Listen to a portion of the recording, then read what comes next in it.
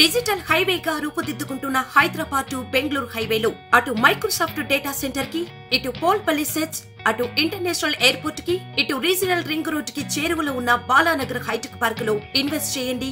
భవిష్యత్తు బంగారుమయం చేసుకోండి. Contact number 8500155255.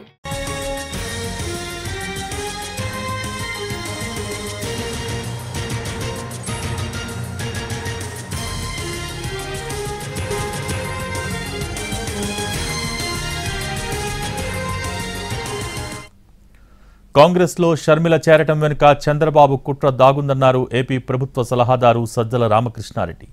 జగన్ను ఎదుర్కోలేకే కాంగ్రెస్, బీజేపీ, జనసేనను చంద్రబాబు మేనేజ్ చేస్తున్నారని ఆరోపించారు. నాడు వైఎస్ మరణం నుంచి కుట్రకోణం కనిపిస్తోందన్నారు. చూశారు. ఈరోజు అసలు కాంగ్రెస్ పార్టీ లేదు. మీరు దాని గురించి మమ్మల్ని అడగడం, దానికి మేము సమాధానం ఇస్తాం, ఏమి ఇవ్వగలం? దీంట్లో ఏదైనా కనపడితే చంద్రబాబు కుట్రకోణం కనిపిస్తుంది. ఆ రోజు నుంచి రాజశేఖర రెడ్డి గారి మరణం మీదే డౌట్స్ ఉన్నాయి కాంగ్రెస్ దానికి సంబంధించి. దాని తర్వాత వచ్చిన పరిణామాలలో జగన్మోహన్ రెడ్డి గారి మీద పెట్టిన తప్పుడు కేసుల్లో కానీ ఇటు టీడీపీ, కాంగ్రెస్ కలిసే చేసాయి. అక్కడి నుంచి ఆ జర్నీలో కాంగ్రెస్తో ఎప్పుడూ ఈయన తెర వెనుకో ఏదో ఒక రకంగా అయితే కాంటాక్ట్లో ఉంటున్నాడు. ఇప్పుడు కొత్తగా దానికి మళ్ళీ ఇంత జీవం పోసి జగన్మోహన్ రెడ్డి గారి మీద దుమ్ము ఎత్తిపోయించడం ఎట్లా, లేదా ఏదైనా ఓటు ఏదైనా ఉంటే కొంచెం లాగ్గలమా అనే ఒక దింపుడు కళ్ళ ఆశతో ఈరోజు ఈ ప్రయత్నాలు చేస్తున్నాడు. రిజల్ట్ ఏందో చూశారు. ఈరోజు అసలు కాంగ్రెస్ పార్టీ లాస్ట్ ఎలక్షన్స్లో ఎన్ని వచ్చినాయి? దానికి నాకు తెలిసి అయితే 100 కంటే తక్కువ వచ్చాయి ఓట్లు స్టేట్లో. అలాంటి పార్టీకి సంబంధించినంత వరకు ఎంత తక్కువ మాట్లాడుకుంటే అంత మంచిది లేదు. అసలు షర్మిలమ్మ గారు ఏ రోజైతే తెలంగాణలో పార్టీ పెట్టారో ఆ రోజే ఆమె రాజకీయ ప్రస్థానం ఒక దిశలో మొదలు పెట్టుకున్నారు. ఆ తర్వాత ఏదైనా తెలంగాణ నుంచి తర్వాత కాంగ్రెస్లోకి రావాలనుకున్నారు. దాని వెనక ఎవరున్నారని కూడా ప్రజలకు, దేశానికి అందరికీ తెలుసు. ఈ రోజుకు తెలుసు. చంద్రబాబు నాయుడు అనే వ్యక్తి అన్ని రకాలుగా ఒకవైపు కాంగ్రెస్ను మేనేజ్ చేస్తూ, ఇంకోవైపు బీజేపీ తన మనుషుల ద్వారా మేనేజ్ చేస్తూ, పవన్ కళ్యాణ్ను, జనసేనను మేనేజ్ చేస్తూ, నేను ఎప్పుడు అంటుంటాను ఆర్కెస్ట్రా ఏ నుంచి జడ్ వరకు రకరకాల పార్టీలను, వ్యక్తులను అందరినీ ఇచ్చేస్తూ జగన్మోహన్ రెడ్డి గారు టార్గెట్గా ఎట్లా ఒట్లా అర్జెంటుగా ఆయన దించాలి. ఎందుకంటే వేరే రకంగా ఎదుర్కో సంచలనమైన ఇది జరిగింది అన్నట్టు ఒక రకమైన మీడియా పరమైన పర్సెప్షన్లు ఇది క్రియేట్ చేయడానికి చేసే దాంట్లో భాగంగా దీన్ని కూడా కుట్ర పన్నాడు. రకరకాల దీనితో ఇప్పుడు ఏదైతే షర్మిలమ్మ గారు చేరారో అది జరిగిందని మేము భావిస్తున్నాం. ఎందుకంటే అంతకుముందు జరిగినవన్నీ అవే కనపడుతున్నాయి. సీఎం రమేష్ ఫ్లైట్లో వెళ్ళడం కానీ, లేదా అక్కడ ఆయన బ్రదర్ అనిల్తో బీటెక్ రవి, ఇవన్నీ యాదృచ్ఛికమని అనుకోవట్లా. ఎందుకంటే ఇదే బ్రదర్ అనిల్ను ఇంతకుముందు ఎంత దుమ్మెత్తిపోసేవాళ్ళో అందరూ తెలుసు. మీ అందరికి మీరే వాటన్నిటి అప్పుడు చేసేవాళ్ళు. క్రిస్టియన్ ఓట్ల కోసం గాలం వేస్తున్నారని, బ్రదర్ అనిల్ వస్తున్నాడని ఆయన ఒక దీని కింద చూపేవాళ్ళు. మరి నిన్న చాలా మర్యాదపూర్వకంగా ఈయన పోయి ఎయిర్పోర్ట్లో కలిశారట. ఎయిర్పోర్ట్లో ఎట్లా మర్యాదపూర్వకంగా బీటెక్ రవి కలుస్తారో నాకు అర్థం కాలేదు. వాళ్ళు వెళ్ళి కలవడము. సో ఇవన్నీ వరుస పెట్టి ఆ తర్వాత అక్కడ ఢిల్లీకి సంబంధించి మాట్లాడడంలో కానీ వీటన్నిటిలో వాళ్ళ ప్రయత్నాలు అన్నీ జరుగుతున్నాయి. అందరికి తెలిసినవే. వాటి గురించి మేమెందుకు కామెంట్ చేయట్లేదంటే ఇష్యూస్ డైవర్ట్ అవుతాయి. మేము దేని మీద చెప్పాలనుకుంటున్నామో దాని నుంచి డీవియేట్ అవుతుంది కాబట్టి మా అంతటా మేము అనట్లా. But at the same time సొంతంగా పార్టీ పెట్టుకోవడానికి కానీ, లేదా ఇంకో పార్టీలో చేరడానికి కానీ ఒక్కసారి ఆమె రాజకీయ ప్రస్థానం మొదలయ్యాక షర్మిల కాంగ్రెస్ లో చేరటం వెనుక చంద్రబాబు కుట్ర ఉందన్నారు ప్రభుత్వ సలహాదారు సజ్జల రామకృష్ణారెడ్డి.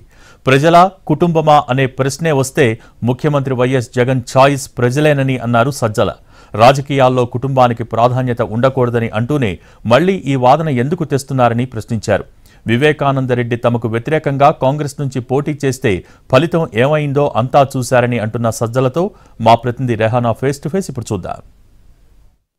వైసీపీ నుంచి అనేక రాజీనామాలు జరుగుతా ఉన్నాయి. ఈ అంశం మీద మనతో మాట్లాడడానికి వైసీపీ రాష్ట్ర ప్రధాన కార్యదర్శి సజ్జల రామకృష్ణారెడ్డి ఉన్నారు. సార్, అంబేడ్ రాయుడు ట్వీట్ చేశారు, పార్టీ నుంచి విడుతున్నాడు. కాపు రామచంద్రారెడ్డి కూడా పార్టీని విడుతున్నారని చెప్పారు. దానికి దీనికి సంబంధం లేదమ్మా. ఒకటి కాపు రామచంద్రారెడ్డి గారు కానీ ఎవరైతే టికెట్ రాలేదనేది రీజన్ అక్కడే చెప్తున్నారు కదా.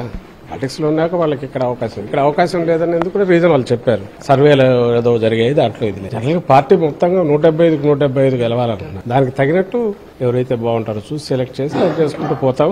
మిగిలిన వాళ్ళకి ఇంకో రకంగా సర్వీసెస్ వాడుకుంటాం. గతంలో కూడా చెప్పాము, అదే జరుగుతుంది. అది నచ్చని వాళ్ళు ఇమ్మడి లేని వాళ్ళు పాలిటిక్స్ అనేది, పొలిటికల్ పార్టీస్ అనేది స్వచ్ఛందంగా నడిచేవి తప్ప అవేమి కంపల్సరీ చేయగలిగింది కాదు. వాళ్ళ నిర్ణయాలు వాళ్ళు తీసుకుంటారు. జరుగుతున్న తీరునే తప్పు పడతా ఉన్నారు కాపు రామచంద్రరెడ్డి గారు. సహజంగానే ఎఫెక్ట్ అయినప్పుడు ఏదైనా నీకు ఇది లేదన్నప్పుడు అదే వ్యక్తిగతంగా వాళ్ళకి మేము బాగా చేశాం కదా, పర్ఫార్మెన్స్ బాగున్నప్పుడు వాళ్ళకి అనిపించవచ్చు. అది సబ్జెక్టివ్ ఫీలింగ్స్. అది దాన్ని కూడా మేము ఎట్లా కామెంట్ చేస్తాం. అది ఇక్కడ సంబంధించినంత వరకు ఏ పార్టీ అయినా స్ట్రాటజీ ఇదే కాదు, గెలుపురాలను మాక్సిమం సెలెక్ట్ చేయడానికి ట్రై చేస్తుంది. దానికోసం పనిచేస్తారు. దానికోసం చేసే దాంట్లో గుడ్డిగా పోతున్నారా, అడ్డగోలుగా పోతున్నారా? గతంలో ఈ కాంగ్రెస్లోనూ నేషనల్ పార్టీలు జరిగేది. ఎప్పుడు బీఫార్మ్స్ 10 మందికి ఇచ్చి కూడా పరిగెత్తిచ్చేవాళ్ళు. ఆ టైంలో ఎవరెవరు ప్రెజర్స్ పనిచేస్తాయో తెలిసేది కదా. ఇప్పుడు అట్లా లేదు, మారే టెక్నాలజీ వచ్చింది, సైంటిఫిక్గా అందరూ సర్వేలు చేయించుకుంటారు. వైఎస్ఆర్ కాంగ్రెస్ పార్టీ అయితే దీంట్లో ముందు నుంచి శాస్త్రీయంగానే దీన్ని అప్రోచ్ అవుతారు. ఒక్కొక్క నాయకుడు బాగా పనిచేసినా కూడా అక్కడ ఉన్న డిఫరెంట్ సమీకరణల వల్ల కుదరకపోయి ఉండొచ్చు, లేదా వర్గపోరు ఉండొచ్చు, ఒపోనెంట్ ఇంకా స్ట్రాంగ్ కావచ్చు, రకరకాల కారణాల వల్ల అవన్నీ కూడా బేరీజ్ వేసుకుని వచ్చే జనంలో వచ్చేదానికి మార్పులు చేర్పులు అనేవి సహజంగా జరుగుతాయి. అది మేము వెల్ ఇన్ అడ్వాన్స్ మా అధ్యక్షులు మొదలు పెట్టారు. ఎందుకు మొదలు పెట్టారంటే ఎలక్షన్లో వచ్చేసరికి పిక్చర్ క్లియర్గా ఉండాలి ముందుగానే. సో దట్ ఈ డస్ట్ అంతా క్లియర్ అయ్యి ఈ టీం 175 మంది ఎవరు జగన్మోహన్ రెడ్డి గారి team, YSR Congress party team అంటే ఇది తెలియాలి. దానికోసం ఎక్సర్సైజ్ మొదలు పెట్టాం. అది జరుగుతున్నప్పుడు ఇవి సహజంగా ఇదవుతుంటుంది. చాలా మంది తమ స్థానం మార్చమని పార్టీ ఆల్టర్నేటివ్, ఇప్పుడు నర్సరావుపేట ఉంది, అక్కడ ఇందాక ఎంపీ కొద్దిసేపటి క్రితం మాట్లాడారు, నేను నర్సరావుపేట నుంచి వేరే స్థానం నేను వెళ్ళాలని చాలా స్పష్టంగా చెప్పాను, పార్టీ నిర్ణయం వేరేగా ఉంటే కనుక నేను ఆలోచించుకుంటాను. సో అలాంటి అసంతృప్తుల్ని మీరు ఎలా హ్యాండిల్ చేస్తారు? నా అభిప్రాయం చెప్పారు, అక్కడ నాతో మాట్లాడిన పెద్దలు వాళ్ళ అభిప్రాయం చెప్పారు. మళ్ళీ 2-3 రోజుల తర్వాత కలుస్తామని అన్నారు. వచ్చినాక మళ్ళీ మాట్లాడతారు. ఇది అంతా ఈ ఎక్సర్సైజ్ అంతా ఇంటర్నల్ పార్టీలో జరుగుతుంటుంది. ఏ పార్టీలో అయినా హెల్దీగా జరిగే ఎక్సర్సైజ్ ఇది. ఇట్లా కాకుండా రకంగా జరిగితే అది కరెక్ట్ కాదు. ఇది హెల్దీగా జరిగేది. దీని మీద వచ్చే మీడియా స్పెక్యులేషన్స్ లేదా దానికి వచ్చే రియాక్షన్స్ బట్టి మీరు తీసుకొస్తున్న వాటన్నిటిని తీసుకుని దాని మీద రియాక్ట్ కమ్మంటే మేమేం కాగలము.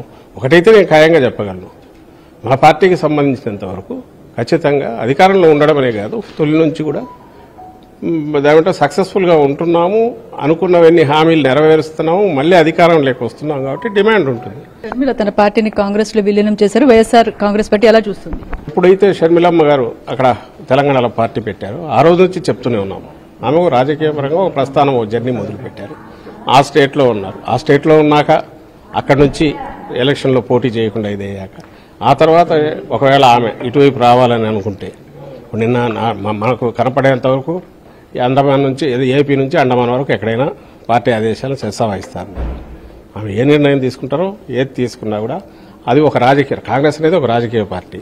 ఆ ప్లాట్ఫామ్ మీదకి ఆమె వెళ్ళారు. వైఎస్ఆర్ కాంగ్రెస్ పార్టీ స్థిరమైన పునాదుల మీద బలంగా ఉన్న ఒక ప్రాంతీయ పార్టీ. సో మా అజెండా మాకు ఉంటుంది. ఆ పార్టీ తరఫున ఎవరు ప్రాతినిధ్యం, అంతకుముందు వివేకానంద రెడ్డి గారు ఉన్నారు, కాంగ్రెస్ తరఫునే పోటీ చేశారు, ఏమైందో చూశారు. 11 అప్పుడు మా పార్టీ కూడా అప్పుడప్పుడే పుట్టిన పార్టీ. ఆ రోజు ఇదే క్వశ్చన్స్ వచ్చాయి. రాజకీయ పార్టీ అనేది it is responsible and answerable public పీపుల్కు. ఇక్కడ దానికి మేము ఆన్సరబుల్గా ఉంటున్నాం. దీనికి కుటుంబ సంబంధాలకు సంబంధం. అదే అన్న చెల్లిని అన్యాయం చేశారు అని టీడీపీ బలంగా తీసుకెళ్తుంది. నేను ఇంతకుముందు ఇచ్చిన ఆన్సర్లోనే మళ్ళీ అదే ఉంది కదమ్మా. ఇది ఒక రాజకీయ పార్టీ. జగన్మోహన్ రెడ్డి గారు కుటుంబాలకు సంబంధించే దానికోసం పార్టీ పెట్టలేదు కదా. తండ్రి ఆశయాలను జనంలోకి తీసుకెళ్లాలనుకున్నారు, పార్టీ పెట్టారు. ఆ పార్టీని ప్రజలకు ఆశీస్సులు ఇచ్చారు. ఈరోజు ఇది ఇంతమంది నాయకులు, కార్యకర్తలు, లక్షలాది మంది ఉన్న ఒక పకడ్బందీగా నడుస్తున్న పార్టీ, అధికారంలో కూడా వచ్చిన పార్టీ, 151 స్థానాలు గెలుచుకున్న పార్టీ. ఈ రాజకీయ పార్టీ దీని అజెండా దీనికి ఉన్నప్పుడు వ్యక్తిగతమైనవి దీంట్లోకి ఎందుకు వస్తాయి? ఏ రకంగా అవి మా దీనిలను విధానాలను కానీ లేదా మా అప్రోచ్ని కానీ నిర్దేశిస్తాయి? సంబంధం లేదు కదా. కుటుంబమా కుటుంబమా పార్టీనా అంటే జగన్మోహన్ రెడ్డి గారు అయితే రెండోది చూజ్ చేసుకుంటారు. దీనికి ఏమి ఉండకూడదు. డెమోక్రసీలో దానికి వాల్యూ కూడా ఉండదు.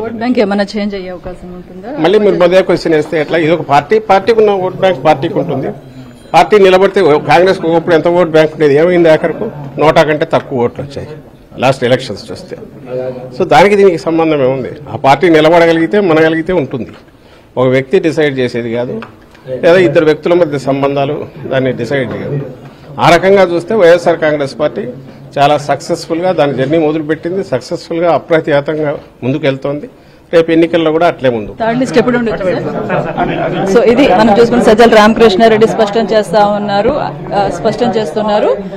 షర్మిల ప్రభావం వైసీపీ మీద ఉండదంటున్నారు. అదేవిధంగా కుటుంబమా ప్రజల అనుకున్నప్పుడు ఖచ్చితంగా ప్రజల వైపే వైఎస్ జగన్మోహన్ రెడ్డి మొగ్గు చూపుతారు అని చెప్తా ఉన్నారు. మరోవైపు అసంతృప్తులు ఉండవు, వాటన్నిటిని కూడా హ్యాండిల్ చేస్తామని స్పష్టం చేస్తున్నారు.